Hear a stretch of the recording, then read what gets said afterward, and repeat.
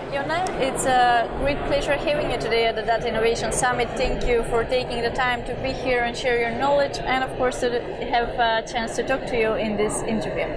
My pleasure. Thank you for having me. Thank you. Before we dive into the questions, maybe you can give us a little bit information on your background and your area of expertise. Okay. Well, my name is Jonne Heikkinen, and I work in Solita. Solita is a originally Finnish company, one of the fastest growing creative tech companies in Nordics. We're around 500 people, out of which 150 gets their bread and butter from analytics. My background, and which is actually recently opened an office here in Stockholm, in this very beautiful city of Stockholm. I agree. I'm super glad about it. My background is in data science, building machine learning solutions for different kinds of industries. So ranging from small startups to Fortune 50 companies, and helping them leverage data.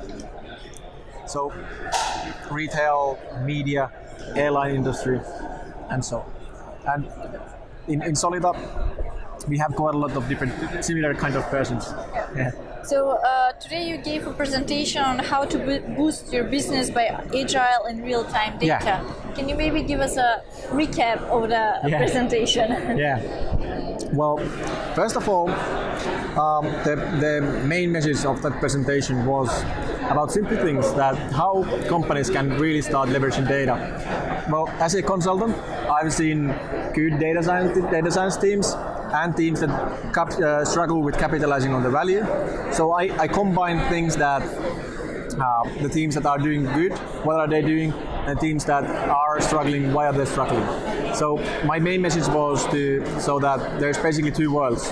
There's the world of data management people who often struggle to capitalize on the value, so that actions happen on behalf of the data. They might be storing the data, they might be processing it and saving and storing and modeling it.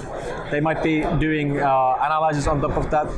But quite often it happens so that it just becomes a fancy architecture, but nothing really happens on top of that data.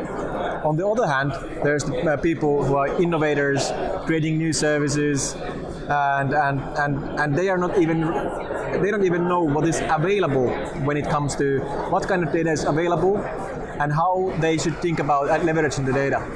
So in my talk, I was giving practical examples and what to really do with the data, how to build the culture from bottom up instead of trying to manage it from top down. So you mentioned there are good and not so good SaaS teams, let's say. So what makes actually a good SaaS team? How we can approach to building one? Well, one of the key things is to make a multidisciplinary team. So let's say in today's world, the thing is that quite often the biggest potential lies within in solutions that go across business units. So they go across the different business units. So you need to have different kind of domain expertise. You need to have people from, let's say, data warehouse experts, the engineers, service designers, and data scientists. It's creating data-intensive solutions and capitalizing on data is a combination of these kinds of roles. And quite often it happens so that companies just start to they rush in leveraging the data, so that they take persons from different business units. They add this new project on top of their previous projects.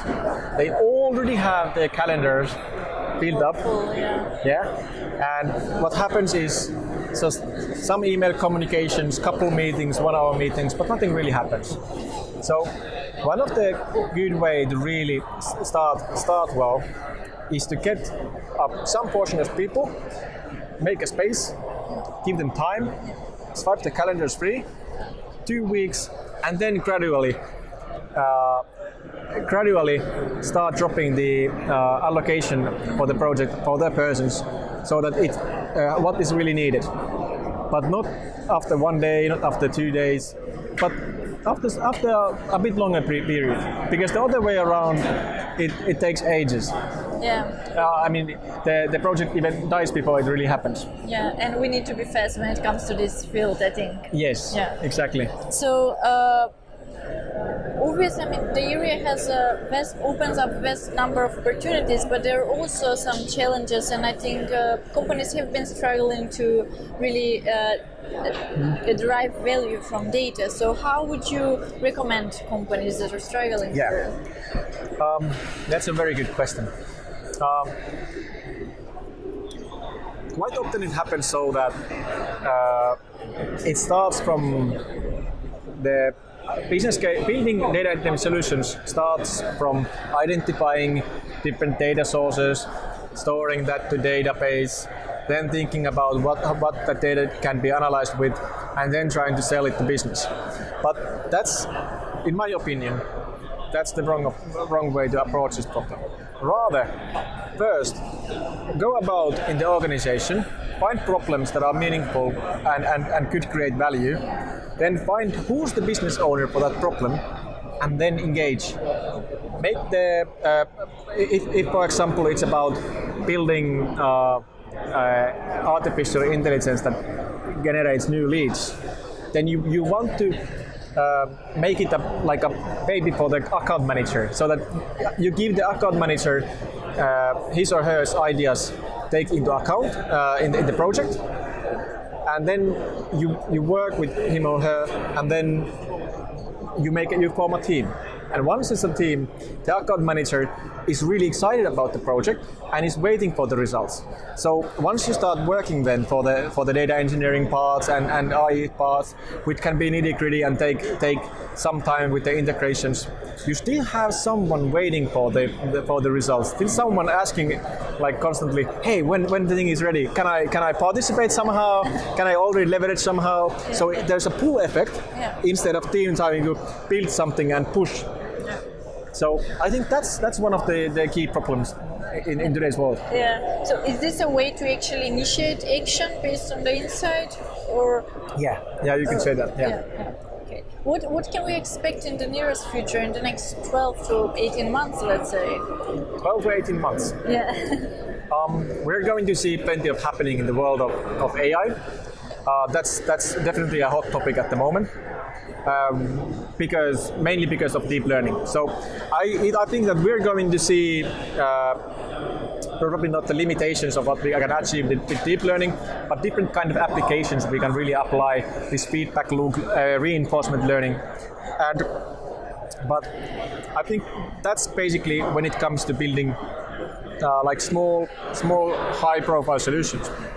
But in Nordic scale, still many companies have they still have to work with their basics, work with the fundamentals, really understand, making like multidisciplinary teams that are building these cross-business products, making data lakes available for data scientists. So I think in the next 12 and 18 months we're going to see huge development when it comes to the enterprise mindsets, but also in the like front line in where the AI could be part of. So there are still a number of opportunities waiting. Yeah, it's a really interesting field. Yes, I agree, and happy to be here and having this talk with you. So thank you once again. Thank you. It's really interesting discussion. I really enjoyed it as well. Yeah.